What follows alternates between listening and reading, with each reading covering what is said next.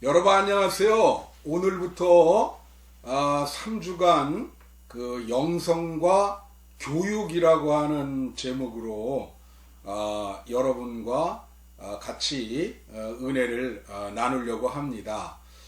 그래서 오늘은 영성의 정의에 대해서 얘기하고요.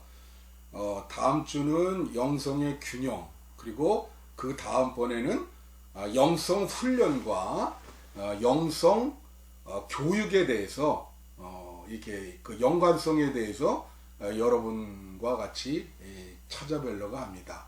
이 세 번째 주께 혹시 내용이 많아서 한 번 더 하면 4주가 되겠습니다. 영성과 교육이라고 하는 그러한 영성 훈련과 영성 교육의 연관성에 대해서 여러분과 같이 찾아뵈려고 합니다. 여러분에게 찾아뵈려고 합니다.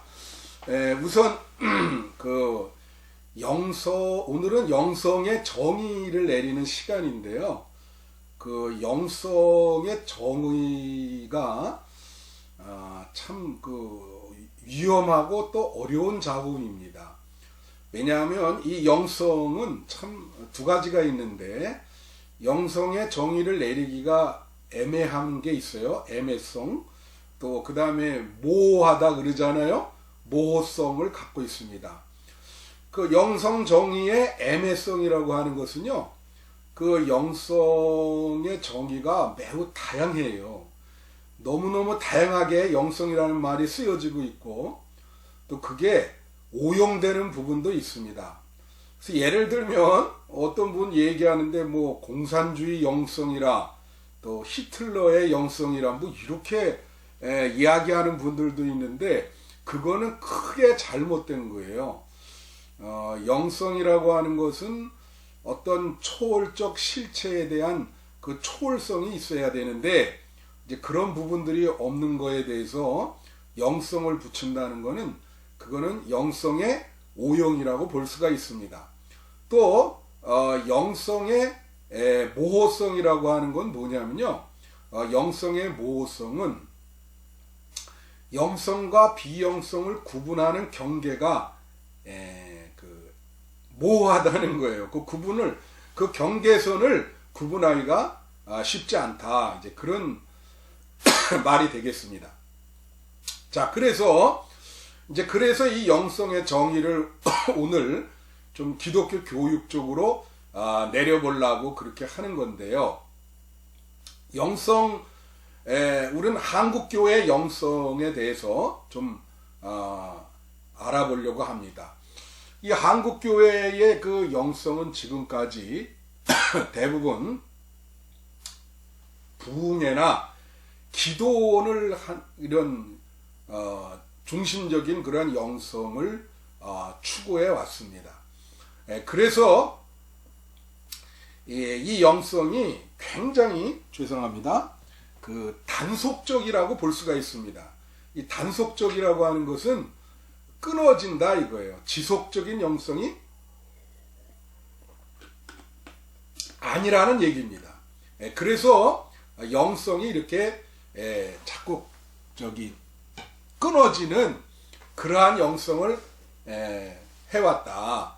그래서 이제 부흥회를 통해서 아주 크게 달아오르다가, 또 부흥회를 안 하면 다시 옛날로 돌아가고, 또 기도원에 가서 며칠 동안 은혜 받고 내려와서 또 오랫동안 전혀 그 영성적인 추구를 중단한 그러한 영성의 모습을 한국교회는 이제 취하고 있죠. 그래서 일상생활 속에서의 영성이 지속적으로 추구할 필요가 있다.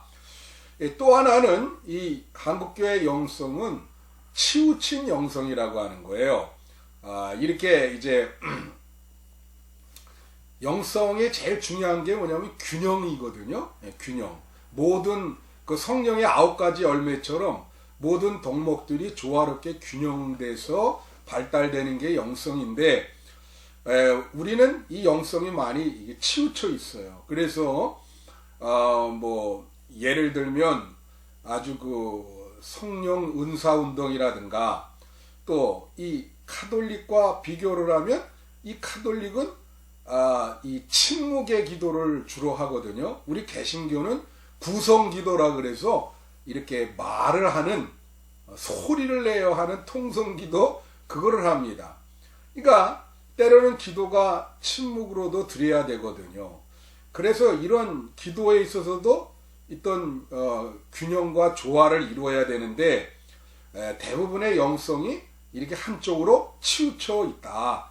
전도만 강조하는 교회는 전도만 강조하고, 또 부흥을 강조하는 데는 또 부흥을 강조하고, 다른 덕목들도 같이 가야 되는데 그렇질 못하다는 거죠. 그래서 또 능력을 많이 강조하죠. 한국교회에서는. 이 폴 틸리라고 하는 조직신학자는 영성은 말이에요, 힘과 의미가 조화를 이루어야 한다 그랬어요. 힘이 능력을 말하는 거고, 의미는 meaning, 영성이 의미를 줘야 된다는 거죠. 근데 우리는 힘만 강조하고 능력만 강조하고 의미는 강조하지 못하는 그러한 실정입니다. 또 그렇기 때문에 우리 한국교회 영성은 일상생활과 분리돼서 생활과 어떤 일상생활과 일치되지 않는 그러한 영성, 분리되는 영성을 많이 갖고 있는 것을 볼 수가 있습니다. 또 한국교회 영성은 율법주의라고 그러죠. 그래서 자꾸 기도를 얼마나 하냐, 뭐 시간 같은 거 따지고요, 뭐 6시간 했다, 5시간 했다, 이런 양으로 자꾸 하고, 그래서 자꾸 그런 거를 정죄하는 그러한 영성의 분위기가 있어요. 또 하나는 이 한국교회 영성은 신학과 교회가 분리되는 그러한 경향이 있습니다. 그래서 신학교는 좀 교회적이고 반영성적인 그러한 분위기가 있고, 또 교회는 반지성적이고 반신학적인 그러한 분위기가 있어요. 이건 제 얘기가 아니라 미국에도 똑같은데 홈스라고 하는 영성신학자가 이렇게 얘기하는 겁니다. 그래서 신학과 교회, 신학교와 교회의 어떤 통합이 필요하다라고 하는 것이죠. 그리고 한국교회 영성은 은사 중심주의 영성이다. 그래서 뭐 방언이라든가 이런 어떤 성령의 은사를 많이 강조하고요. 또 하나는 기복신앙, 복받는 그러한 영성과 물량주의, 양을 많이 강조하죠. 몇 명 모이냐, 헌금은 얼마냐, 뭐 이런 그 물량주의 영성. 그래서 영성이라고 하는 것이 사실은 영적인 것을 추구하는 건데, 이제 한국교회에서는 영적인 것을 말하면서도 그 추구하는 거는 내면적으로는 물질주의적인 성향이 많아요. 메테리얼리스틱 텐던시를 갖고 있다고 볼 수가 있습니다. 자, 그러면 이제 우리가 영성 교육을 잘 시켜서 이런 거를 좀 방향을 바꿔야 되는데, 그럼 영성이라고 하는 것은 뭐냐? 영성은요, 초월적 실제라 그럴 수도 있고 초월적 실체, 이건 하나님이라 그럴 수도 있고 예수님, 성령님, 이 초월적 실제를 향한다 이거죠. 지향하며 자기 초월을 추구하는 거예요. 그러니까 이 초월적 실제를 향해서 그걸 초월적 실제와 만나서 자기 초월이 되는 것, 이걸 영성이라고 볼 수 있습니다. 이것은 일반 철학의 플라톤이 여러분 잘 아시다시피 동굴에 비유해서 이 세상은 그림자고 이데아라고 하는 저 세상에 이데아가 있다. 그래서 우리는 이데아를 향해야 된다. 이제 그렇게 이야기를 하는 그런 것이 이제 좀 영향이 있죠. 그것도 그렇게 이제 이 세상은 그림자이기 때문에 이 세상을 초월하는 이데아와 만나는 것, 이제 그게 플라톤적인 영성이라 이제 그렇게 볼 수가 있습니다. 그래서 영성은 말이에요, 자기 몰두, 자기 집착에서 벗어나 자기를 초월하는 거예요. 그런데 이 자기를 초월할 때 이제 초월적 실체를 만나는 거죠. 그게 이제 영성입니다. 그래서 이 영성을 삼위일체적으로 정리를 하면 예수 그리스도 안에서 성령의 인도하심을 따라 하나님과 합일되는 것으로 향하는 것, 그것이 이제 기독교적인 삼위일체적 영성의 정의가 되겠습니다. 그런데 이제 하워드 키워트라고 하는 그런 사람이 영성을 뭐라 그랬냐면 초월적 실체에 대한 개방성이라 그랬어요. 그래서 인간이 그 초월적 실체에 대해서 그게 하나님이 될 수도 있고 예수님, 성령님, 삼위일체 하나님이죠. 우리가 마음속에 개방을 할 때 궁극적 실제를 경험하게 된다는 거죠. 그래서 그것이 영성이다. 이것을 아주 잘 설명한 사람이 조직신학자인 존 맥거리라고 하는 분인데요. 이 존 맥거리는요, 그 영어로 이 영성에 대해서 단어 하나를 만들었습니다. 그게 뭐냐면 엑지언스라는 말인데 EXIENCE 엑시언스. 이것은 어디서 근거를 했냐면요, 우리가 엑지스탄스라고 하는 영어가 있어요. 그거는 존재를 말합니다. 또 실존을 말합니다. 엑지스턴스. 근데 이 존재라고 하는 이 엑지스턴스는 이 X는 바깥으로, 그러니까 그 다음에 스탠스는 존재를 말해요. 그러니까 엑지스텐스는 글자 그대로 존재 바깥으로 나오는 겁니다. 이 X는 스탠딩 아웃 하는 거거든요. 존재 바깥으로 나오는 거. 존재 바깥으로, 자기 바깥으로 나와서 초월적 실체를 향하는 거. 자기 초월을 하는 거. 그래서 존 맥거리는 그걸 엑시엔스라고 하는 단어를 만들어서 설명을 했다. 그래, 영성신학자 중에서 유명한 사람이 산드라 슈나이더스라고 하는 분인데, 이분은 그래서 영성을 세 가지로 요약을 했습니다. 첫째로 뭐냐면 영성은 자기 몰두에서 분리하는 것. 그래서 자기 몰두에서 분리해서 자기 초월을 하는 거예요. 그리고 두 번째는 이 자기 몰두에서 분리해서 자기 초월을 할 때 새로운 가치 체계를 만나게 되는데, 그게 이제 초월적인 실체가 되는 겁니다. 그리고 세 번째는 그 새로운 가치 체계인 초월적 실체를 만날 때에 바로 우리 일상생활과 연관돼서 통합시켜 주는 것, 그것이 바로 영성이다. 이렇게 그 세 가지로 이야기를 했습니다. 자, 그런데 이 영성의 정의를 기독교 교육학적으로 잘 정의한 분이 강희천 교수예요. 돌아가신 분인데 저의 이제 스승도 되시는 그런 분인데, 기독교 교육의 비판적 성찰이라는 책에서 이제 이 분류를 하셨거든요. 근데 제가 그 책을 지금 못 가져왔어요. 지금 바깥 온도가 영하 10도가 돼가지고 오는 동안 그 책을 소개할 걸 4권을 가져와야 되는데 그걸 깜빡 잊고 못 가져왔습니다. 그래서 다음 주에 할 때 그 책, 영성에 관한, 영성 교육에 관한 책 4권을 이렇게 소개를 해드리려고 그래요.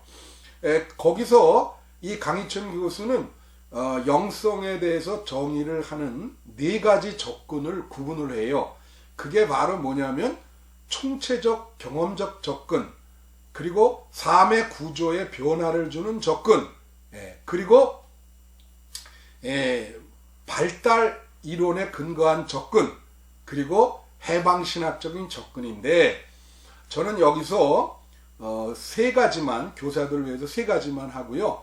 이 해방신학적 접근은 다음번에 해드리겠습니다. 그래서 처음에 얘기한 것이 이 총체적인 접근인데, 경험적 접근인데, 이것의 대표적인 학자를 누구를 들냐면 U.T. 홈스라고 하는 분을 들고 있어요. 이분이 그 영성에 대해서 몇 가지 책을 썼는데, 가장 고전적인 책이 Spirituality for Ministry, 목회를 위한 영성, Spirituality for Ministry, 이게 번역됐습니다. 그래서 이게 아주 그 영성의 고전적인 책으로 통해요. 제가 다음 주에 이렇게 보여드리겠습니다. 그 책에서 홈스는 이 영성에 대해서 이제 5가지 정의를 내려요. 그게 뭐냐면 영성은 첫째로 영성은 관계성을 지향하는 인간의 보편적 개방성이다. 그렇게 얘기해요. 여기서 관계성은 초월적 실체와의 관계성을 얘기하는 겁니다. 그 다음에 두 번째, 이 영성이라고 하는 것은 인간의 감각적 경험을 초월하는 것이다. 초월적인 경험이라는 거죠. 그래서 초월자가 우리에게 다가오는 그런 경험을 하게 된다는 것입니다. 그리고 세 번째는 이 초월자가 우리에게 다가와서 우리가 초월적인 경험을 할 때 우리의 의식이 확장되고 고양된다는 거예요. 그래서 확장된 고양 의식이라 그렇게 얘기를 합니다. 그런데 이 영성의 초월적 경험은 역사 바깥에서 일어나는 것이 아니라 네 번째로 역사적 상황에서 일어나고 역사적 상황에 실제하며 그걸 이해할 수 있다는 거예요. 그 다음에 마지막 5번째로 영성은 인간의 행동으로 표현되어야 된다. 이렇게 5가지 영성의 정의를 내리고 있습니다. 그러면서 그는 영성 훈련의 2가지 가장 중요한 기본적인 틀을 제시했는데요. 그게 뭐냐면 수독적 영성과 신비적 영성이에요.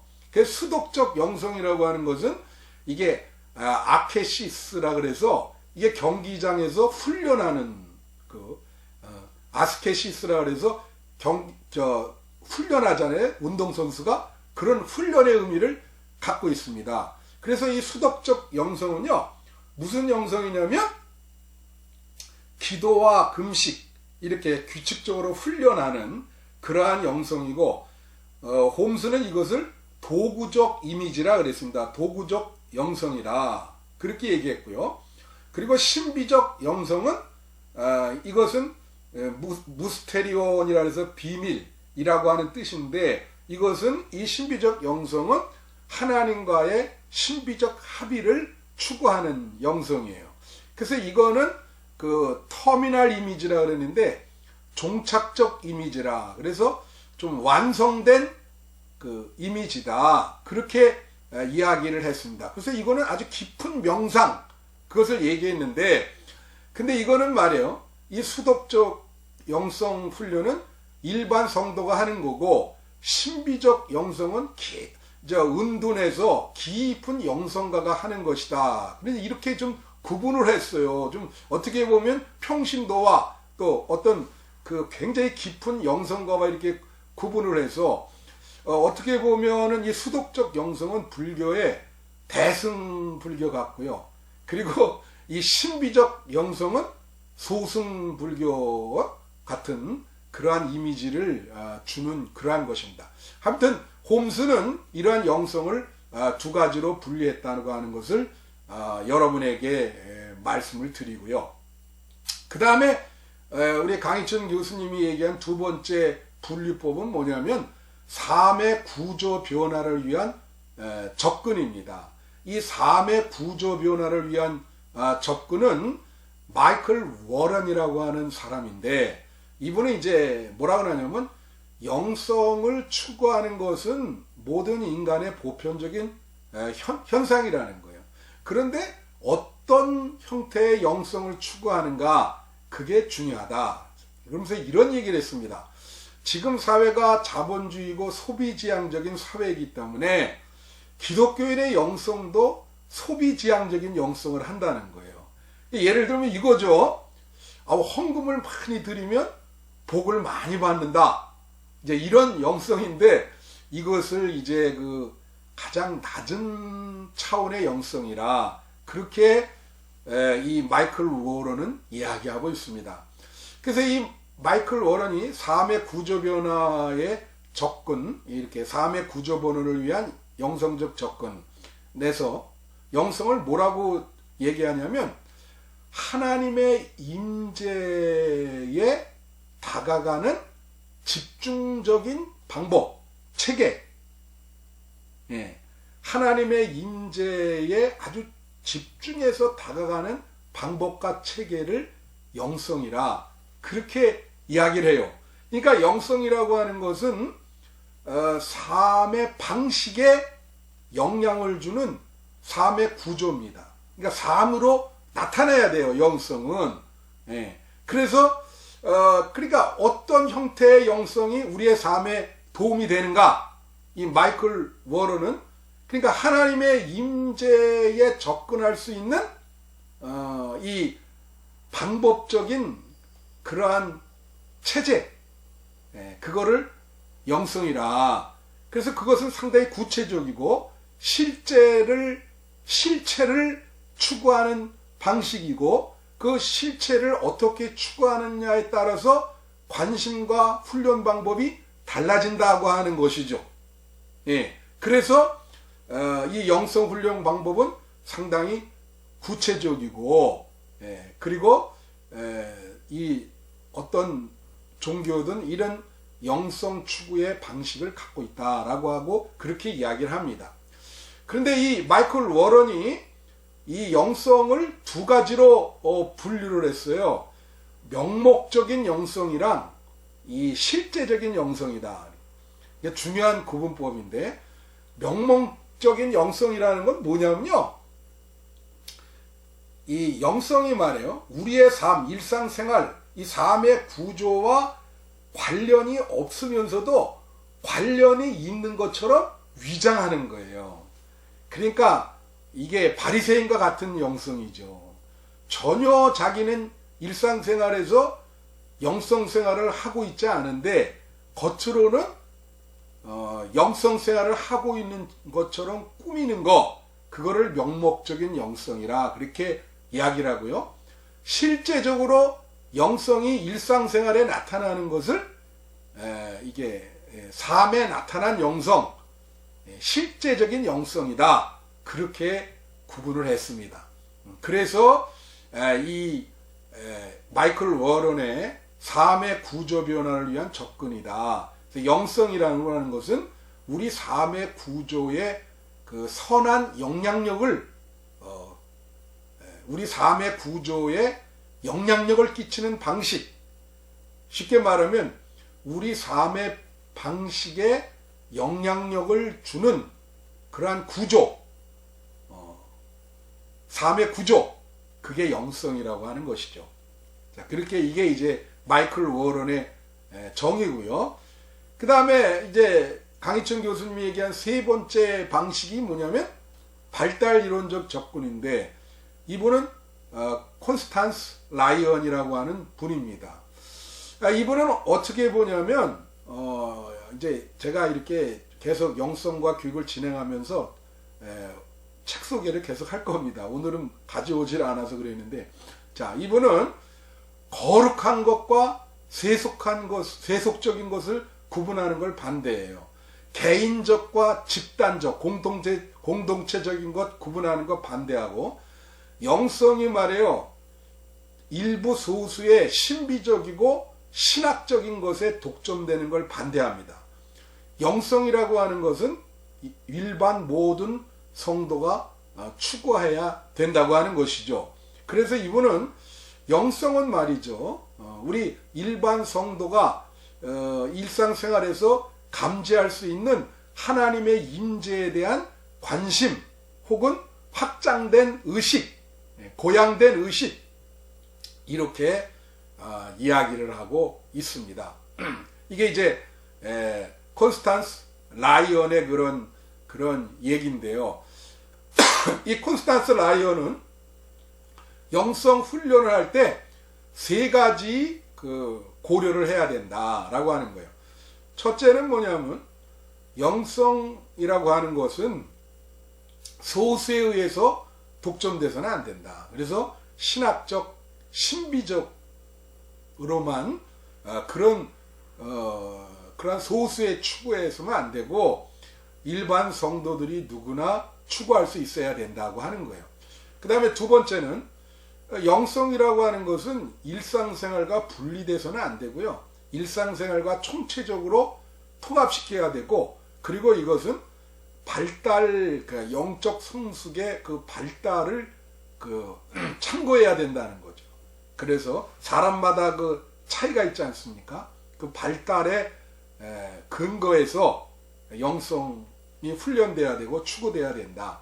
그 다음에 세 번째, 영성은 훈련 과정이 반드시 필요하다. 그렇게 콘스탄스 라이온이 이야기를 합니다. 네, 지금까지 영성의 정의에 대해서 기독교 교육적으로 정의를 내린 거예요. 이것이 바로 이제 강희춘 교수님이 이야기를 하신 거고, 해방신학적인 영성의 정의는 다음번에 여러분에게 말씀을 드리려고 합니다. 자, 그러면 이제 마지막으로 중요한 게 뭐냐면, 그 영성 훈련과 또 이 차이가 나는, 이제 비슷한데 유사 개념인데 많이 쓰는데 영성 훈련과 조금 차이가 나는 개념들이 있어요. 그게 뭐냐면 영성 지도, 영성 형성, 그 다음에 영적 분별, 그 다음에 영성 교육입니다. 예, 이 네 가지를 좀 구분해서 정의를 내리고 오늘 첫 시간은 마치려고 그러는데요. 영적 지도라고 하는 말은 spiritual direction이라는 말이에요. 이 영적 지도와 영성 훈련의 그 차이는 무엇이냐? 그것은 영성 훈련은 영적 지도자가 반드시 필요하지 않습니다. 근데 영적 지도는 영적 지도자, 스피리추얼 디렉터, 쉽게 말하면 영적 멘토가 반드시 있어야 돼요. 그게 영적 지도예요. 그게 영성 훈련과 다른 점입니다. 그래서 이 하워드 클라인벨이라고 하는 목회 상담학자는 이 스피리추얼 디렉션, 영적 지도를, 이 디렉션이란 말을 가이던스로 바꾸자 그랬어요. 그래서 스피리추얼 가이던스, 영적 안내. 자, 영적 안내를 할 때는 반드시 영적 지도자가 필요하죠. 네. 그래서 영적 지도인데, 이 썬턴이라고 하는 영성 신학자가 이 영성 지도에 대해서 세 가지 어넬러지, 유비를 얘기했습니다. 그래서 이 세 가지 유비를 통해서 우리는 잘 알 수 있는데, 그 첫째가 그 메디컬 아날로지라 그래서 의사와 환자의 비유예요. 영적 지도자, 영적 멘토는 의사고요. 환자는 그 영성 훈련을 받는 학생, 그리고 우리 일반 성도들이라고 볼 수가 있죠. 그 다음에 두 번째가 훈련의 유비인데 아스케시스 어널러지라 그러죠. 그 코치와 선수, 그죠? 이 코치가 이제 훈련을 시킨단 말입니다. 그 어떤 감독이 어떤 그 꼴찌 어떤 구단에 그 부임을 해서 말이죠. 한 7, 8년 동안 우승을 이끌어놓은 분이 계세요. 물어봤더니 어떤 비법이 뭐냐 그랬더니 훈련만이 방법입니다. 그렇게 얘기를 하더라고. 그 옛날에 뭐죠? 핸드볼, 여자 핸드볼 이끌었던 감독도 메달을 따고 그런 말을 했거든요. 그래서 항상 코치, 감독이 있죠? 코치, 운동회, 그리고 선수들. 그래서 코치는 영적 멘토, 영적 지도자고, 선수는 영성 훈련을 받는 학생들을 얘기한다. 그 다음에 결혼의 유비, 세 번째로 이 썬턴이라는 사람이 결혼의 유비를 얘기했어요. 이 넙셔널 어널러지인데, 우리가 예수 그리스도를 신랑, 우리를 신부라 그러잖아요. 그래? 그리고 영적 지도자 멘토를 신랑, 우리 성도를 신부라 그럴 수 있다. 훈련받는 학생을 신부라 그럴 수 있다. 이제 이렇게 해서 영적 지도와 영적 안내를 해야 된다. 이것이 바로 스피리추얼 디렉션, 영적 지도입니다. 그 다음에 또 유사한 개념 중에 두 번째가 뭐냐면 영성 형성이에요. 이게 바로 영어로는 스피리추얼 포메이션이라고 그러거든요. 이 영성 형성이라는 말도 많이 써요. 이것은 주로 신학교나 수도원에서 이렇게 사용했던 건데, 이 영성 형성이라는 말은 우리가 그 우리의 삶의 태도나 삶의 방식에 영향을 주는 그 내적인 지향, 이것도 향하는 거, 지향성이라 그러잖아요. 내적인 지향성, 그 지향성을 만들어가는 과정이 영성 형성입니다. 그래서 이것은 바로 거룩을 지향하는 그 과정, 그 마음, 거룩을 지향하는 마음을 형성하는 과정, 그게 영성 형성이에요. 그 기독교 교육학자는 아이리스 컬리는 오늘 그 책을 못 가져왔는데 그분이 영성 교육에 대해서 책을 썼거든요. 그게 뭐냐면 Education for Spiritual Growth, 영적 성장을 위한 교육이다. 거기서 영성 형성에 대해서 얘기를 합니다. 그 컬리는 영성 형성을 세 가지로 얘기하는데, 첫째는 영성 형성이 되려면 영성 생활을 배우고 훈련해야 되고, 두 번째는 그것을 실천해야 되고, 세 번째는 영성 훈련을 배우는 것과 그것을 실천하는 것이 조화를 이루어야 된다. 그렇게 영성 형성을 이야기를 했어요. 자, 이 영성 형성은요, 그 영성 형성을 하는 영역을 네 가지로 봅니다. 첫째는 개인의 내적인 영역, 그것은 몸, 영혼, 정신. 그리고 이제 두 번째는 상호 관계적 영역, 그것은 뭐냐면 내적인 지향이라는 것은 사람과의 관계를 통해서 형성이 된다는 거예요. 그 다음에 상황적 영역을 얘기했는데, 그거는 내가 소속한 직장이나 공동체, 그룹, 그게 영향을 준다는 거예요. 그 다음에 네 번째는 세상적인 영역인데, 이 세상적인 영역은 뭐 텔레비전이라든가 무슨 신문을 본다든가 뭐 세상에 무슨 동호회에 참석을 한다든가 뭐 그런 것들이 내적인 지향에 영향을 준다는 거죠. 이 내적인 지향에 대해서 비유들이 있어요. 그 책, 예를 들면 존 보년의 철로역정, 그죠? 이 기독도가 천국을 가면서 영성을 형성해가는 과정을 그리고 있어요. 이런 거는 많이 있습니다. 예를 들면 십자가 요한의 깔멜산의 등정이라는 게 있어요. 이게 이제 하나님을 향해서 이게 상승, 등반하는 과정을 그린 건데, 이 십자가 요한의 유명한 책이 이 깔멜산의 등정이랑 영혼의 어두운 밤이라는 게 있어요. 제가 신학교 다닐 때 그 영혼의 어두운 밤이라는 책을 정말 어렵더라고요. 그 문자적으로 노트에 정리를 해가지고 읽은 적이 있습니다. 그 노트가 지금도 제가 갖고 있어요. 근데 이 깔멜사의 등정은 영성이 이제 하나님께 인간이 상승을 하는 거고요. 영혼의 어두운 밤은 하강하는 거예요. 하나님으로부터 하강하는 거. 이게 영성, 이제 앞으로 나오겠지만 영성의 두 기본 방식이 있어요. 상승과 하강입니다. 이 동방교회는 상승이고 서방교회는 하강을 좀 강조했죠. 자, 이게 이제 그 구스탑 누구죠? 그 사람의 아가페와 에로스랑 비슷한데, 에로스는 상승이고 아가페는 하강이다. 이제 그렇게 구스타프 니그렌의 그 아가페 앤 에로스라고 하는 책에서 이제 그렇게 이야기를 하죠. 그 다음에 이제 또 아빌라의 테레사라는 사람이 있어요. 이분은 여자분인데, 이분도 그 내면의 성이라고 하는 책에서 영성을 그 7가지 방, 역시 상승이죠. 이 방을 거치면서 하나님께로 나아가는 그런 이 아빌라의 테레사는 기도를 물주기로 이렇게 비유한 사람으로 유명합니다. 두레박으로 물주기, 물레를 통해서 물주기, 시냇물로 물주기, 소낙비로 물주기, 그렇게 아주 특이하게 기도를 이렇게 설명한 그 분이에요. 그 역시 이것저 영성 형성에 대해서 잘 설명하고 있다.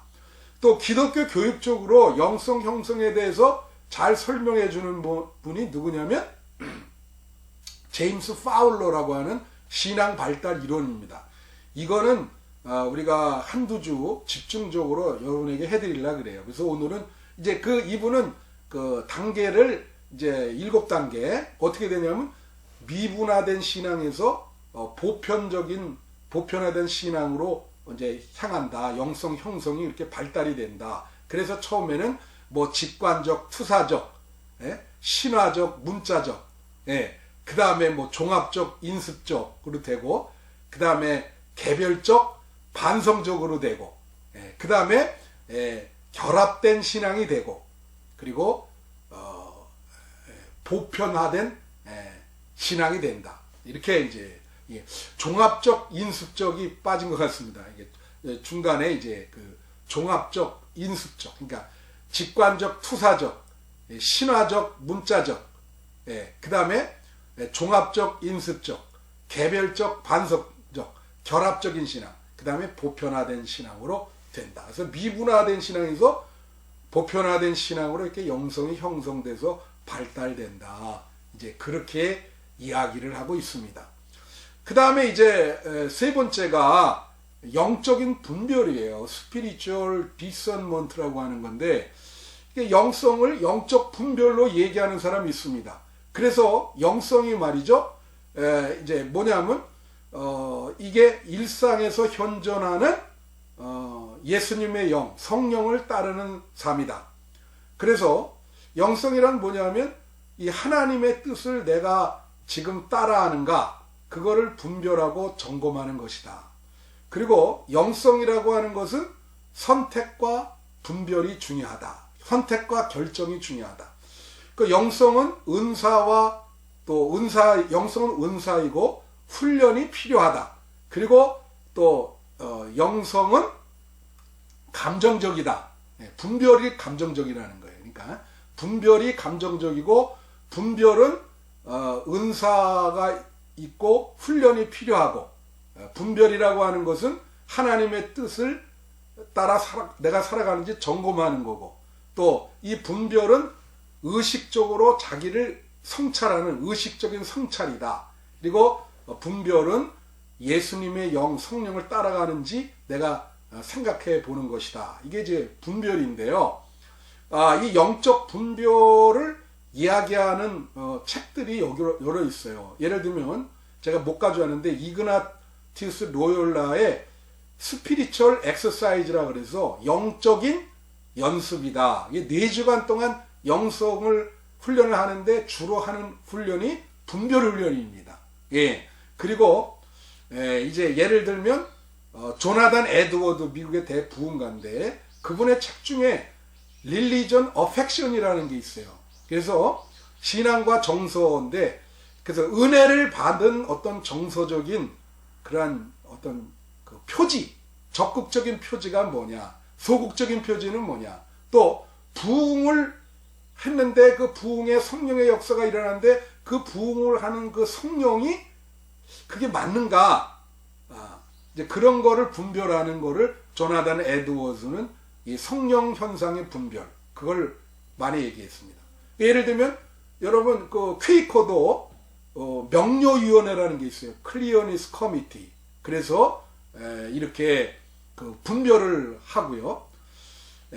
그래서 이러한 영적인 분별과 이 영성 형성, 또 이런 영적 지도가 영성 훈련이랑 같이 쓰인다. 마지막으로 영성 훈련과 영성 교육의 차이점이 뭐냐? 영성 교육이 영성 훈련보다 훨씬 광범위한 겁니다. 영성 훈련이 영성 교육에 포함되어 있어요. 그리고 영성 이제 훈련이라는 거는 어떤 모든 사람들이 다 도달하는 목적이 다 똑같아요. 그러나 교육은 어떤 그 균형을 강조하고 또 그 발달 이론에 근거해서 사람마다 다 이런 목적이 달라요. 교육은 그 발달 이론에 근거해야 돼요. 그 다음에 영성 훈련은 특정 기술만 가르치지만 영성 교육은 이 모든 것을 균형을 중요시 여깁니다. 특정 기술만 가르치는 게 아니에요. 어떤 영성의 덕목의 균형을 중요시해서 양육하는 게 영성 교육이다. 이제 이렇게 말씀드렸습니다. 네.